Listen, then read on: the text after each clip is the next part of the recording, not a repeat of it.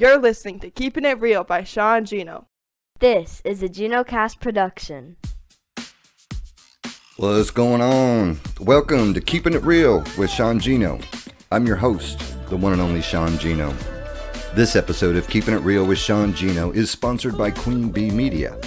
If you've got a business but no website, they can get you up and going, even if you just need like a landing page to get up and started. You can build a few pages, large website, fully functioning e-commerce, WordPress website. Just having social media accounts ain't gonna cut it.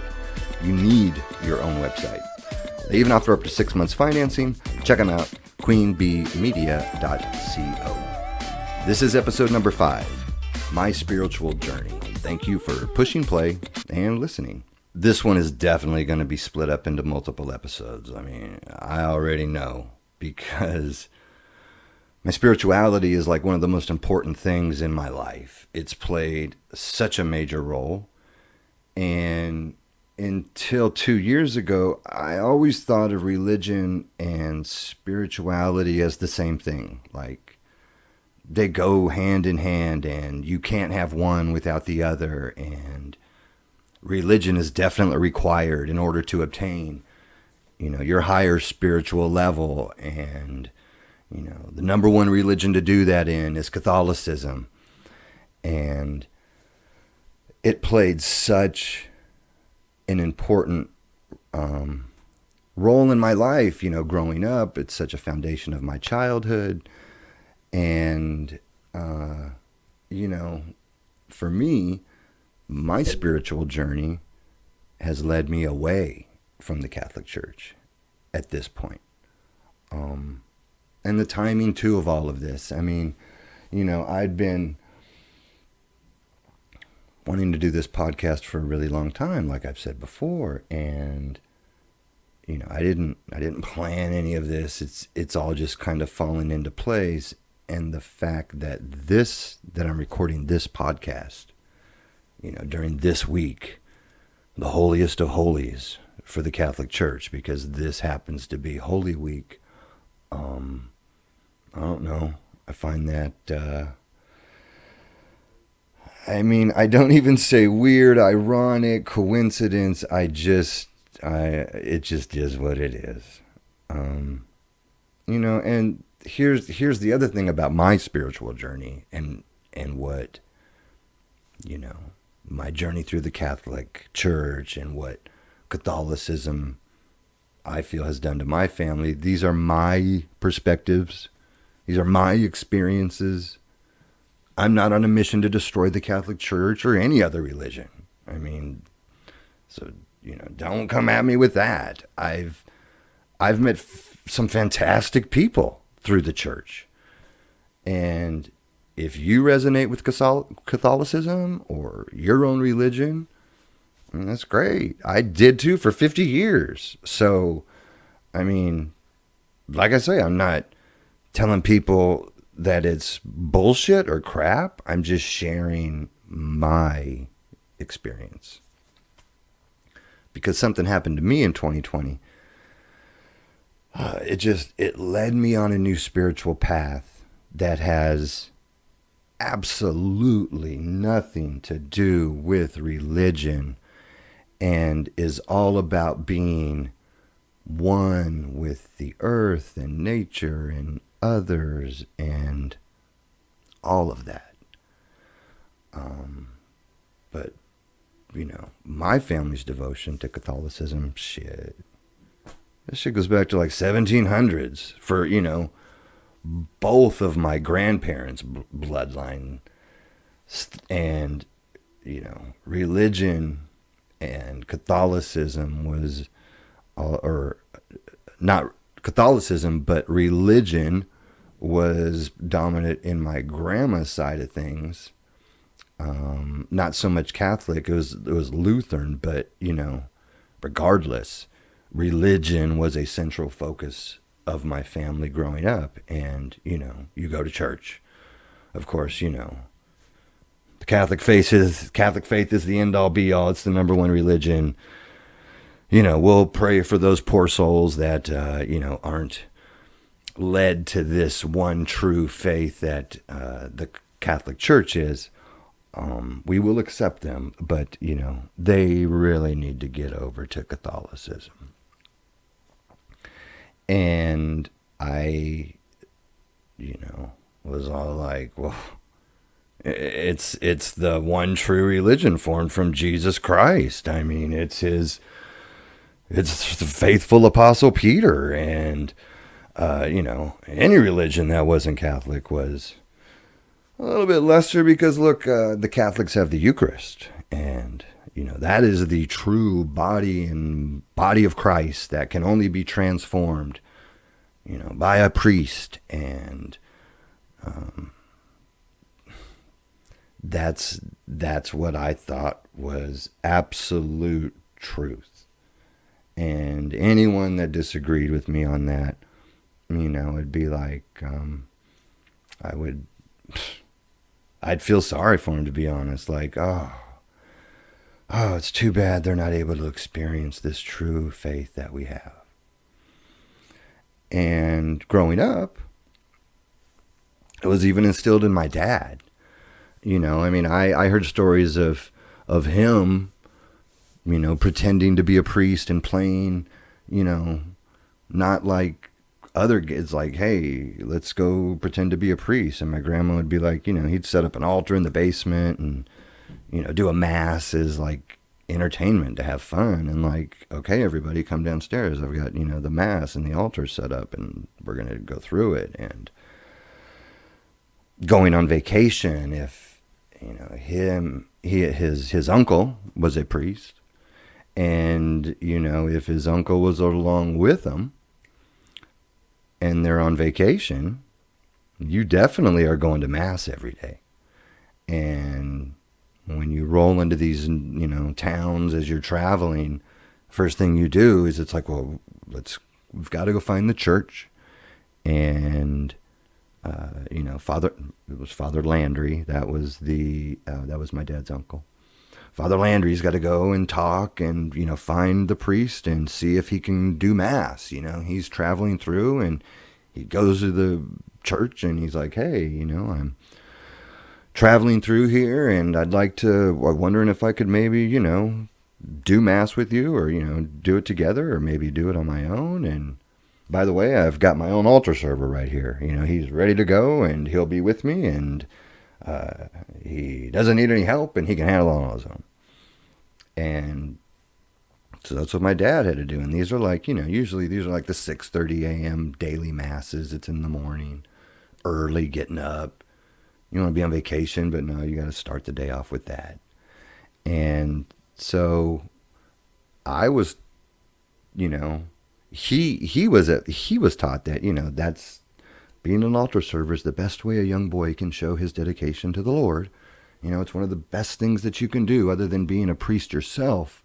At least be the altar server. And then, I was always taught that, we should always be drawing others into the Catholic faith. We need to save these people's souls through the body and blood of our Lord and Savior, Jesus Christ. And that's only available through Catholicism. And I was one of the best recruiters out there. I mean, all three of my relationships that I was in with women, I converted them all. I mean, my family got my mom's mom converted, my ex-wife's mom converted, my wife's mom converted. I mean, it's just what we did. Like, if you weren't Catholic and you wanted to be in our little group, our little circle, that was important. And it was like church, school, and work. If you aren't excelling at those and being the best that you can be in those three things, you need to be doing better. How good of Catholic are you? I mean, what are your grades in school? What's your job? How much do you make?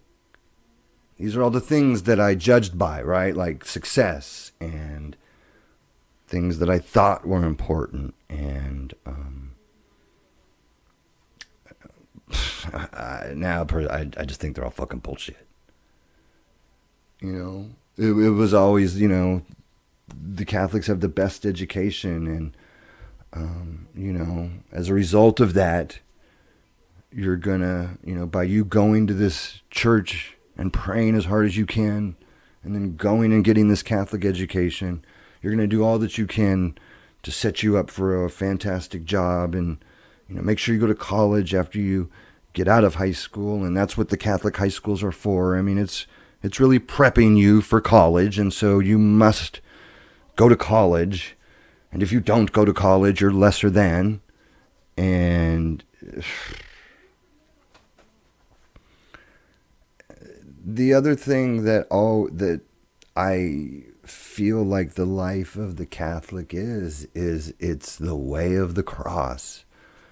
It's about suffering and falling down and getting back up and going to priests and begging for forgiveness. And the more you suffer, the more that offer it up to Jesus, because you'll be closer to him that way. And the more that you can, it just became such a never focusing on the resurrection. Like it just feels like the only time that they ever talk about the resurrected Jesus is like during the Easter season for a little bit after. And even then, it's it's all these stories about the Acts of the Apostles, and it's not really much Jesus risen. And their whole thing is like, focus on the death of him, focus on the struggle, and it's exactly what I did. And so I felt that, if I'm struggling, that must be good. I mean, it must be good, because I'm really, really, really walking in the path of the Lord. And, it bothered me that all of the crucifixes are just him dead. Like, why when you walk into these churches is the first thing you see death? And these statues are all like sad, and the Jesus that they depict on the cross is like skinny, broken down, and it's just like, why at every mass do we have to focus on that? During Lent they cover it so that you don't see the dead Jesus hanging there. Or no, at the resurrection. I'm sorry. Yeah. For, the Easter Mass and stuff, they like hide it. And then as soon as it's done, it like all comes down.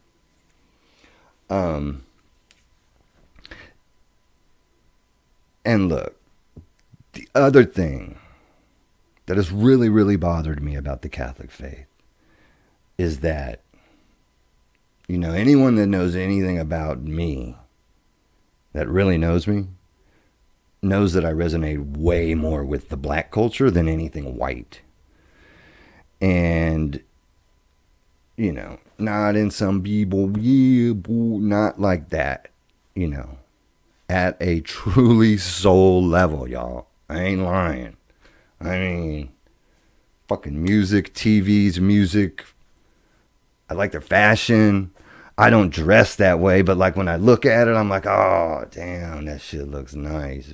I mean, I don't try to emulate it, but I fucking love it, right? So that's just it. And when it's so predominantly white at the Catholic Church, it always bugged me. White Jesus, white saints, white statues, white popes, whitewashed, like everything's whitewashed. And then you bring it up and you're like, there's never been black. They're like, what do you mean there's never been black popes? What are you talking about? There are 3 popes from Africa. And it's like, well, yeah, but they were like white guys, like Just because they're from Africa doesn't make them black. Like, what the fuck? And then, especially once I had mixed children, like, I mean, numerous times encountered racist teachers that definitely targeted my mixed kids, and I only had those experiences in the Catholic Church. My kids went to both. They went to Catholic school and they went to public school. They definitely they only experienced anything about racism in the Catholic school. And, but I love the rituals. I mean, I did. I thought the more rituals I participate in, the closer it'll bring me to God. I'll be a better Catholic, you know. And I participated in them all, you know. The baptism of the babies, you know, always. Oh, baby's born, better get the baptism scheduled. And, you know, that's the only way to enter the Catholic Church is, you know, you got to be baptized. And if you are older and want to come into the Catholic Church, you know, you have to go through special classes, RCIA classes, and, you know, they're over the course of a year, and you're going to the church every week and going to classes and learning the Catholic faith. And then once you do all of that, then, you know, this week, Holy Week, Saturday night, Easter Vigil, they gather all of those people that have, you know, graduated and went through this class, and, you know, they baptize them all. And, you know, it's done all over the world at the Easter Vigil Mass for the Catholic faith. And if they've previously been baptized by another faith, then they don't get a new baptism. But, you know, they'll still get confirmed, which is, you know, confirmation that they want to enter the Catholic faith. And it's done with some, you know, chrism oil on their forehead, and it can only be administered by the bishop, which is the bishop's the boss of the diocese. You know, it's a very, it's very mafia. I mean, it started in Italy. You know, the Pope's the godfather. And then he's got, you know, his lieutenants and shit as all these bishops around the United States and the world. And then the priest in the church, there's a mini boss in the church. He's the pastor. And then there's all these young guys, you know, there's a couple young priests that work under him. And there's this hierarchy of men. And it's all men, all the way from the Pope down. It's just a hierarchy of dudes. And, you know, baptisms, first confessions, first communions, confirmation, weddings, you know, anointing of the sick, hoping that one day maybe I can have a son as a priest. You know, maybe, if I pray hard enough, I'll be blessed with a son and he'll be a priest, and I'll really be a good Catholic, right? Because then I can walk, you know, people will know that, oh, look at him. His son's a priest. They must be really holy. And, you know, measuring my level of holiness to other people that maybe they had a kid who was a priest, and it's like, oh God, I wish I could be like them. And, you know, have somebody. And then, you know, you go to Mass on all the holy days. You can't miss those. You know, you got to go. And then for me, it's even like Latin Mass. You know, I started getting into Latin Mass because I'm like, well, this is the original. Like, this is the original way the Mass was said. And so I'm always like, wow, that's more traditional. You know, the more traditional is the shit that I really resonated with everything. Just, the older that I could go back and see how they really did it. I mean, I'm like, well, that's how it was supposed to be done. And I would try and do it like that. And you know, I'd go to Latin Masses and don't know what the fuck they're saying. I mean, I don't know. I kind of follow along and act like it and hum some shit to the tunes that they're doing. And, you know, eventually I start to memorize some of it, and, you know, I could join in more.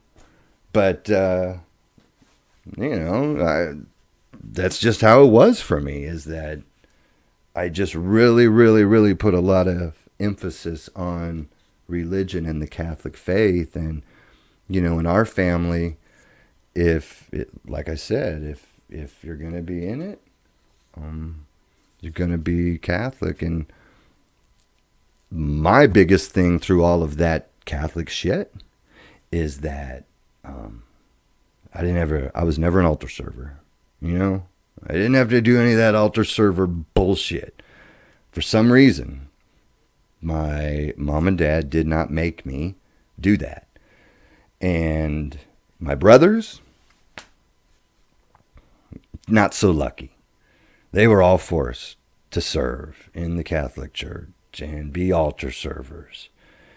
And priest fucked with one of them at a little altar boy getaway. You know, that shit's a story for another day. But, you know, it's not like I ever got abused in the church, but abuse did happen from the church in my family, and it affected us. But even when I found out about that, I didn't immediately leave the church. It was still, wow, there's a few bad priests out there. I mean, let's pray for them. Let's pray that they can overcome their sin. And absolutely, you know, I'm watching my parents heavily involved in the church. And so naturally, you know, when I become an adult, I want to be like them. I watch my grandparents do it. I watch my mom and dad do it. And I want to do it, because if I don't do it, something's wrong with me. I mean, why? And, you know, I wanted to follow the path of my ancestors. And it's always like, look, as long as I'm going to confession, kind of sin. Premarital sex, it don't matter. A little stealing, just go confess. You needed it, you were sorry, whatever. You miss mass, go confess. You know, as long as you're going to mass and able to receive communion, I'd be like, I'm good. You know, I could sin here and there because, you know, we all sin. Jesus gets that. He understands. You know, just be sure to get the Father's forgiveness. Go confess to Father, and He'll forgive you. And then go do your penance. And if you do that, go forth and sin again. I mean, shit. Because when I decided to leave,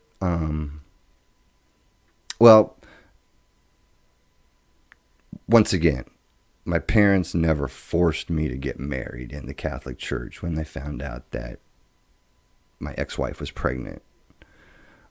That was my choice. You know, I chose to get married in the church, and I chose to get my first 2 kids baptized in the church, and, you know, attend Mass every Sunday with my family, go to the same church as them. So, you know, as a unit, there's my family, you know, there's my mom and dad, my siblings, and they're at church, and then I'm coming in, you know, with my ex-wife and my 2 kids, and, you know, we're all doing the Catholic Church thing. And when I decided to leave my ex-wife and go move in with this new girlfriend of mine,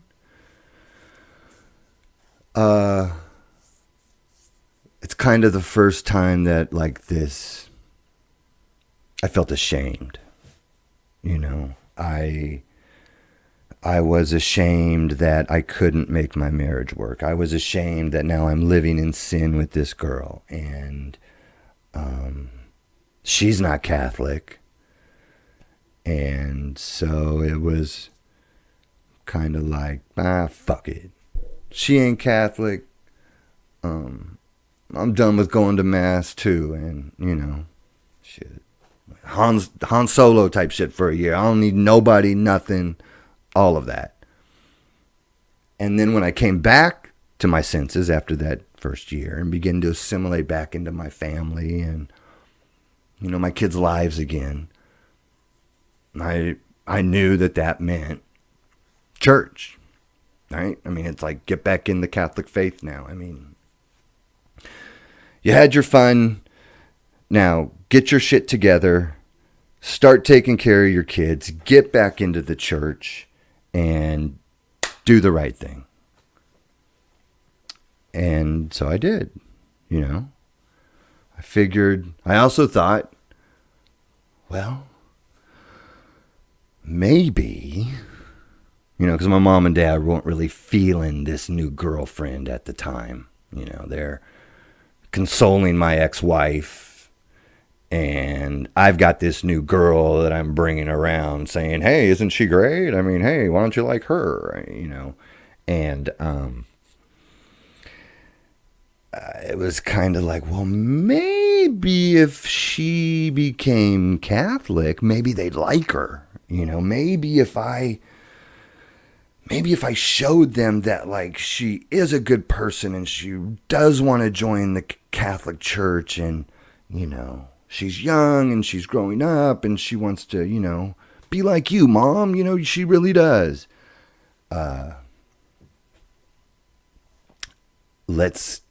Let me bring her into the church. And, in fact, I'm going to try and get my marriage annulled so that I can get married in the church with this new girl. She's not just a girlfriend. I want to marry her. I'm going to get married. I love her. I'm going to get married to her. And I started on the process of getting my first marriage annulled. Because here's what happens with the Catholic Church, is that if you're divorced, you can't get married again in the Catholic Church. You get one shot. Now, that being said, there's some exceptions. There's some exceptions to that rule. But the church, as the authority, will have the final determination on whether or not your marriage was valid or not. So you basically go and you fill out these papers. And if your marriage is declared annulled, it's like, it never happened. It's kind of weird as fuck. It's like, well, it did. I mean, that shit happened. Motherfuckers got married, got a wedding, but now, if you can prove some things, it didn't happen. And the process is like sending documents to the people that were around you at that time and can testify to what you're saying and what your statements are about the marriage, and what's their opinion. Do they also feel like, maybe you didn't know what you were doing? That was my play, right? It was like, I was so young, really had no idea what forever was and what marriage meant at that age, and really didn't understand what I was getting into at, 16 and like all of that. They were like, okay, time went by, I got paperwork, it all went back. Boom, my marriage is annulled. So I then signed, let's sign up for RCIA classes, let's sign up for those weekly classes that will lead you up to being baptized.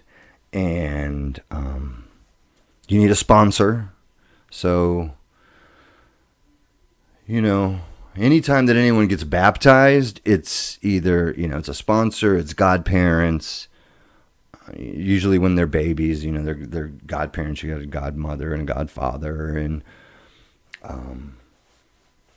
These are adults, or these are people that, like, if something happens to you, to the parents, and even if something doesn't happen to the parents, they are taking on the responsibility of, helping teach you the faith of the Catholic Church. They're like another resource of faith building type shit.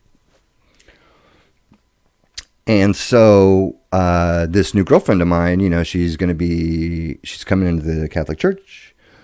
And so I'm like, well, I asked my dad, it's like, man, I would love for you to be her sponsor. You can kind of get to know her, and this will be really great. And then, maybe we can all maybe be a togetherness, and she can come to church with us, like really, really hoping that this solves some of this weird tension that is going on with my divorce and, leaving my ex-wife. And, I'm a godparent to many people. So many, I can't even remember them all. Shit, man, at one time, my mom, she's baptizing all the kids and shit, and every kid needs a sponsor, a godparent.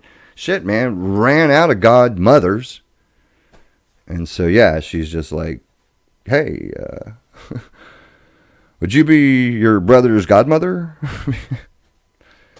Because my godfather was his godfather, and it's like, I don't have any more women right now, so can you be the godmother? And it's kind of funny, because I always fuck with my brother about that. Yeah,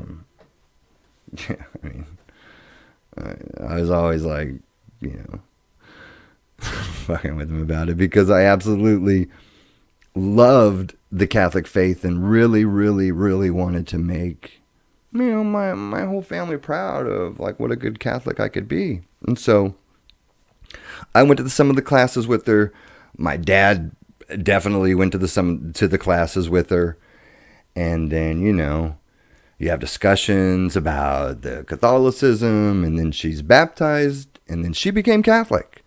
And, I'm thinking, okay, this is great. Everything's going to be wonderful. She's Catholic. I'm going to marry her and live happily ever after. Then shit got dark for me, because I've always had an issue with yelling. Come from a bloodline of yellers. Great grandpa, grandpa, dad, me, one of my sons, we're all yellers. And at this time, though, for me, it evolved more into just yelling, and it really got into control and domestic violence. And so, with the shame that I was feeling from the dark path that I have no idea why, right? I'm like, oh gosh, I'm going to mass every Sunday. Must be because I'm living in sin. That must be it. There must be demons in this house because of this sinful way that I'm living, and I need to exorcise them out of this house. I need to get them out of this house, and I need to start doing better. And, I need to start going to daily mass. And that's what led me to going to daily mass was,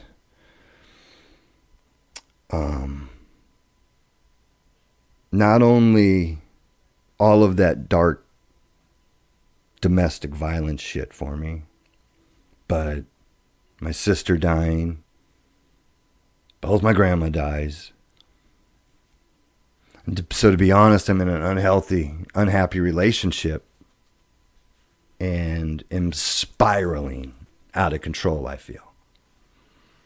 And did not like where that shit was leading me. And so I run to the church for healing, you know. It's the first time in my life that I started attending daily mass. And I started going every day.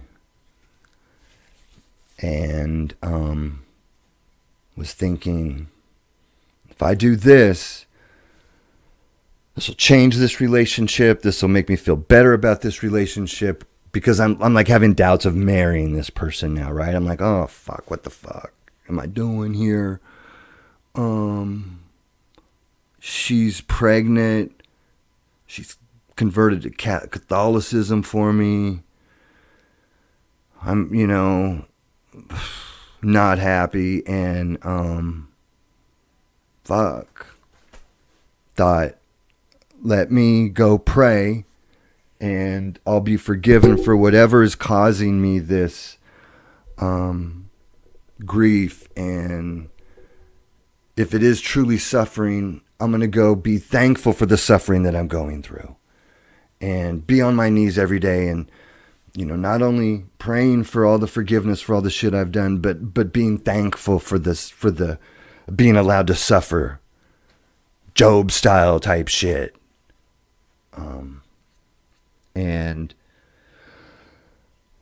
I truly thought that this is my only chance to heal. I'm going to dedicate my life to Jesus. He'll get me through the storm.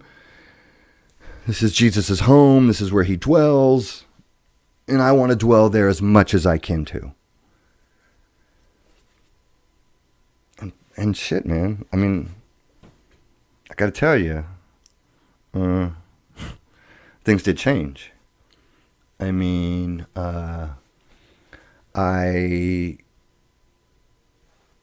and that girlfriend broke up.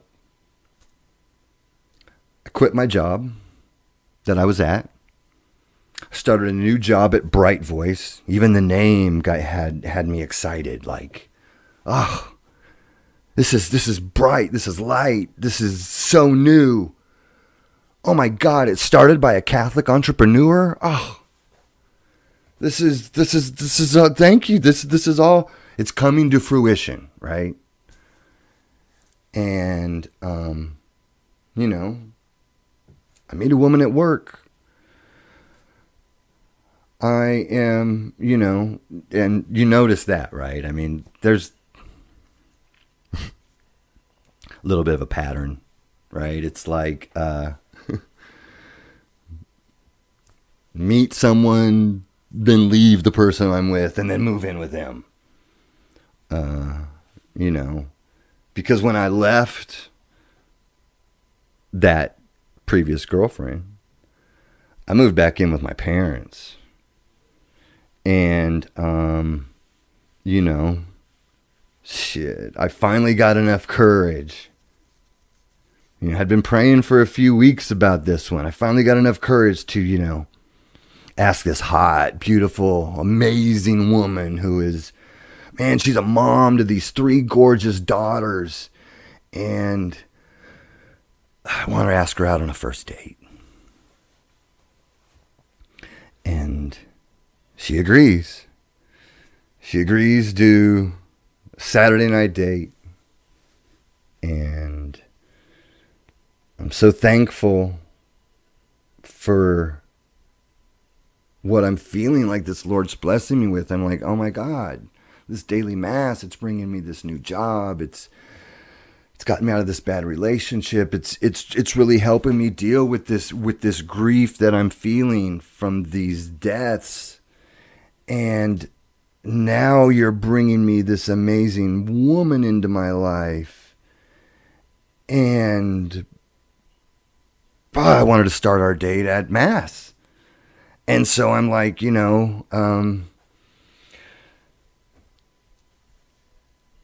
also didn't want to set up any false expectations with this new relationship that I did with the previous one. Because with that previous one, it's like, first year I'm not Catholic, let's just do whatever the fuck we want. I ain't got no kids, just whatever. With this one, I wanted to let her know right off the bat that family's important to me and the Catholic Church is really fucking important. So that's how our date started. I brought her to Mass, and I know she's like, what the fuck? You know, this is new. I mean, no first date has ever brought me to Mass. But I want her to know, you know, look, I'm Catholic. I love my faith. And she'd never even been to a Catholic Mass before. And then the even cool thing about that is, like, you know, after we get out of Mass and, you know, I'm like, well, so, you know, what do you think? And she's like, oh my God, I loved it. It was like so awesome, especially when, like, you're all standing around and you're saying prayers and you're all like saying, Lord, hear our prayer. And she's like, I've just got this amazing feeling in me that I've never felt, and this fucking awesome. And so I'm like, right on. Shit, yes. I don't even like have to convince, like, she's feeling it. And so after that first date, maybe 3 weeks go by. And I'm like, all right, man, I gotta get out of my parents' house. So I'm gonna go move in with her and her 3 kids. And I remember telling my parents, like, hey, y'all, getting ready to move out. I'm gonna go move in with this new girl. And, you know, she's got 3 kids and all that stuff. And, you know, they're like, oh, no, don't do it. For the love of God, take time for yourself. Why are you getting into another relationship right away? You know, why? She has 3 kids from 3 different dads? Yikes. Like, all that shit, you know. And then even the next time, I remember coming back in like another, like this same week that I'm like saying, hey, this is kind of what I'm planning to do, you know. I remember coming, you know, back home to their house where I'm staying again. Motherfuckers all like sitting around the kitchen table type shit, like trying to think they can do. Motherfuckers was trying to do an intervention. I know they were. They tried to be slick about it. But, man, as soon as I walked in, it's like, oh, so tell me about this new thing you're doing and, you know, all of that. And, you know, tell me more about this person you've been in with, you know. How many kids? Did you say that, like, 2 of the dads, like, aren't even in the kids' lives? I mean, oh, gosh, that... what kind of person is she? You know. And then I know my mom told my godfather, oh, will you go try to talk some sense in him? I mean, I've tried, his father's tried, the family's tried. He's just not listening. He's going to screw his whole life up if he does this. Please come talk to him, you know. And, shit, I remember sitting on the porch eating some Wendy's. I mean, he's doing the best he can. You know, get me to live alone, not rush into a relationship. And, shit, I'm not listening, though. You know, I'm like, I know what I want. And this is what I'm going to do. And to be fucking honest with you, man, you know, there was little whisperings of like, you know, whore. You know, who has that many kids with that many dads? And man, I didn't give a fuck. I fucking liked her, man. I thought she was cool as fuck. The fact that she was independent and was doing it on her own made me even more fucking attracted to her, probably because I've got some codependent issues going on at the time, naturally. And I thought, well, drawn to her like a mom type shit. Here's a good mom. But anyway, I didn't listen to him. But that woman happens to be my wife. So absolutely, it was the best thing that I can do. And I'm glad that I did not listen to him. But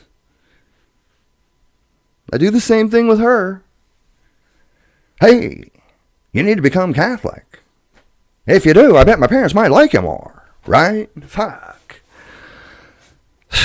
I thought, well, maybe this time it'll be different, right? Because, I don't know why I thought doing the same thing again would bring a different result.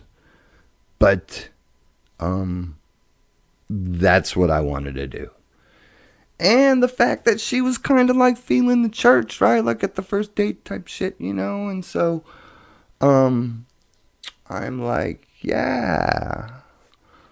I'm obviously at that time really, really wanting my parents' approval of me, right? I really, really want to make sure that they think I'm doing the right thing, and I don't want them to think that I'm bad, and I want, all that bullshit. And, like I say, she's resonating becoming Catholic, and she'd consider it, and, when it was time for us to move out of this first little apartment that she was living in when I moved in with her, like, where should we move to? Oh, we've got to go to College Hill. My God, we have to go to College Hill. We have to go to the neighborhood that my parents are in. Oh my God, it's such a Catholic neighborhood. It's so awesome. They've got this church called Blessed Sacrament there, and it is fantastic. And I mean, we've got to go live in that neighborhood. I mean, that's where my, kids are living with their, that's where my ex-wife lived. And I mean, that's where we live as, that's who we are. And I need to be part of that legacy. And, your kids need to be part of that legacy. I mean, my gosh, the neighborhood's so awesome. There's so many kids and sidewalks, and it's so cool, and your girls will love it and ride bikes and like all of that. It's, all of that. And that is exactly what we do. We find a little place there in College Hill and move there. And, her kids are going to public school at this time. My kids are still in Catholic school. So, as soon as I left my wife, she, kept them in Catholic school and continued to, didn't want to disrupt their lives, of course. And so, my boys are going to this Catholic school. I'm not really an official member of any church at this time, right? As soon as I left, I really never felt comfortable joining the church again until I was married, right? Because here I am with this first relationship. Yeah, she's Catholic and all of that, but, we didn't really like go join the church and become official members and all of that because it's fucking living in sin, right? I mean, I can't do that. So we'll go to church, but we won't, join. So I'm not an official member of the church, but my ex-wife is. And, the deal with Catholic schools in Wichita is that, your kids can go there for free as long as you tithe. You're 10%.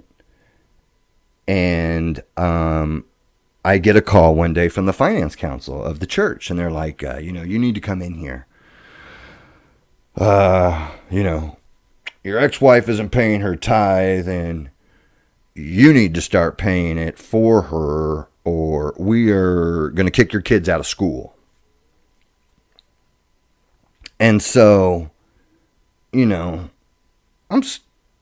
struggling at that time. I'm living with Lisa and her 3 girls, and we're doing all we can, but like I said, she's not getting child support from 2 of the dads.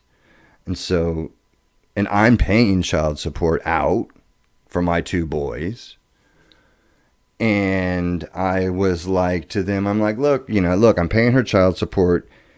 I'm doing all I can. Like, she needs to be taking some of that money and putting it to the tithe. I mean, why are you pressing up on me, wanting me to fucking pay some shit now, in addition to her too? And I'm like, look, I can't swing it. But they're like, hey, you need to come in anyway. You need to meet in front of all of us. This council of fucking dudes. And present your fucking case.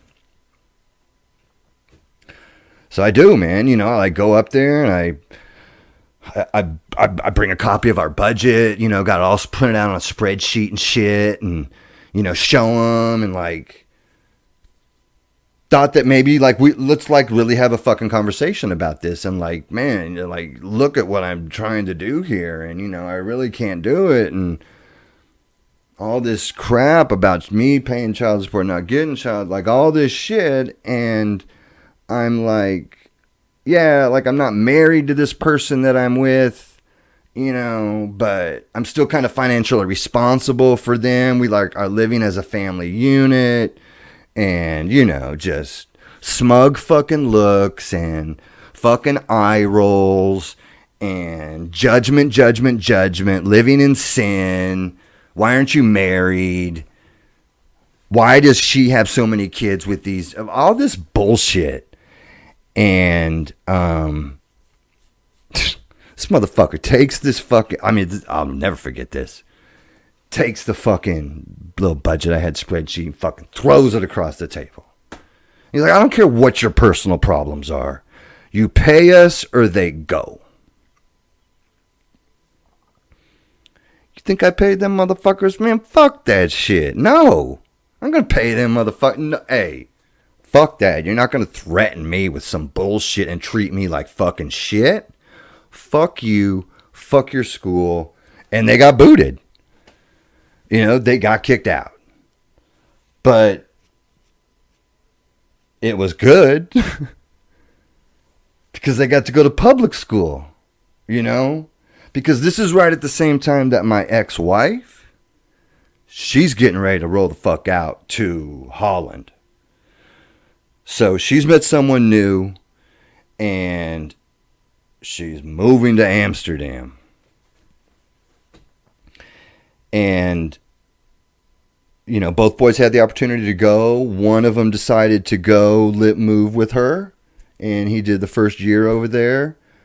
The other one stayed back with me and my wife, Lisa, and started to integrate into full-time as a family for the first time, right? Because previous to that, my ex-wife had custody of those boys. So, we saw them on weekends and they'd spend the night and like that sort of thing. But it was never a full-time thing until my ex-wife moved to Holland.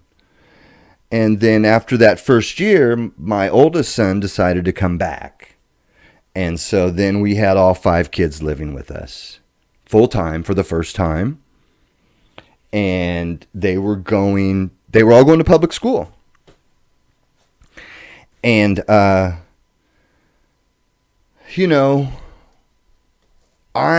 watching my mom, especially, both parents kind of starting to slip away from the faith, especially my mom. My dad was still faithful, but, not really as involved in the church as much. I watched my siblings, all of them left the church. And of course, my thinking then is like, oh my God. Oh, the family's falling apart. Oh, I've got to pray harder. Oh, gosh. I've got to save their souls. Who's left? All the old ancestors are dead. That was with the Catholic faith. I see my parents, starting to struggle with it. What is happening? I've got to pray harder and stronger. And, this Catholic faith is also calling my wife more, right? More and more, drawn in, become Catholic. Things, like if you're Catholic, maybe things will get easier for us. Like we won't be living in sin, Let's do that. And then I get her pregnant. So now there's going to be 6 kids. And the priest sets me down.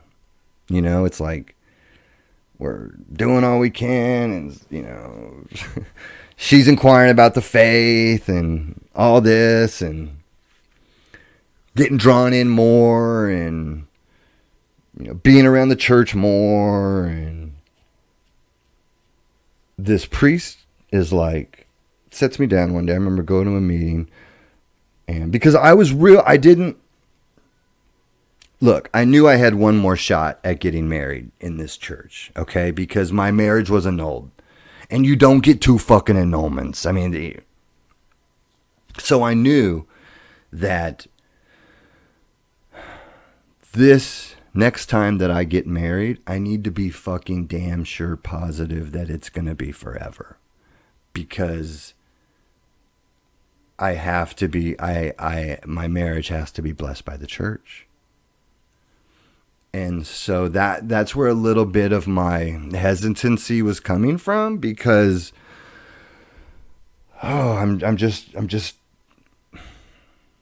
I didn't want to like make the move. I didn't want to pull the trigger. And so this priest sets me down and he's like, look, you need to shit or get off the pot. You need to stop playing house, and you need to get married. And this is important for these kids in your home. I mean, you're not giving them a very good example of this Catholic faith that you say that you love and honor so much. You're living in sin, and it needs to stop.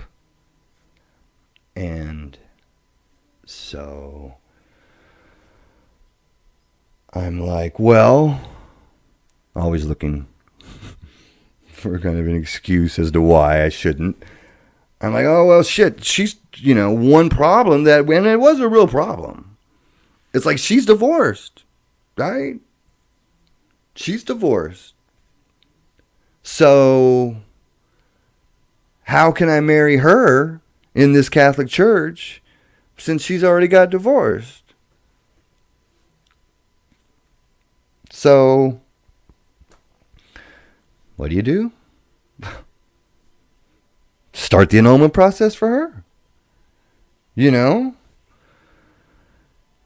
of lay it out. I propose. She agrees. We start the annulment process. Another year of RCIA. Like all of that. Going to the classes.